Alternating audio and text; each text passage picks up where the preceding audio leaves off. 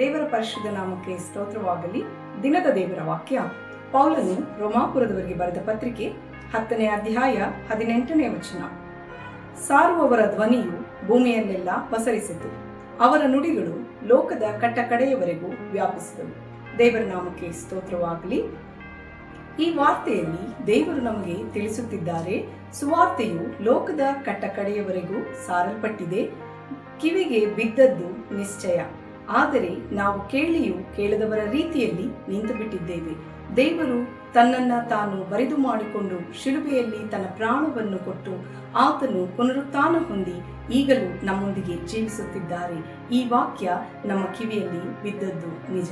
ಅದರಂತೆಯೇ ನಾವು ಕೂಡ ಈ ದಿನಗಳಲ್ಲಿ ನಮ್ಮನ್ನು ನಾವು ಮತ್ತೊಂದಾವರ್ತಿ ಪುನರುಜ್ಜೀವನಗೊಳಿಸಿಕೊಂಡು ಜೀವಿಸುವಂತಹ ದಿನಗಳಲ್ಲಿ ನಾವು ಬದುಕುತ್ತಿದ್ದೇವೆ. ದೇವರ ಈ ವಾಕ್ಯಗಳನ್ನು ಆಶೀರ್ವದಿಸಲಿ. ಪ್ರಾರ್ಥನೆ ಮಾಡೋಣ.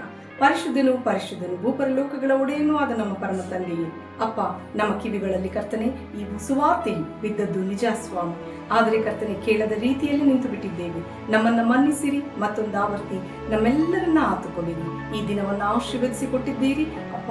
ನೀವು ನಮ್ಮೊಂದಿಗೆ ನಡೆದು ಈ ದಿನವನ್ನ ನೀವೇ ಹರಸಿ ಆಶೀರ್ವದಿಸಿ ನಡೆಸಿರೆಂದು ಯೇಸುವಿನ ಪರಿಶುದ್ಧ ನಾಮದಲ್ಲಿ ಬೇಡಿ ಹೊಂದಿಕೊಂಡಿದ್ದೇನೆ, ನನ್ನ ಜೀವವುಳ್ಳ ತಂದೆಯೇ. ಆಮೇಲೆ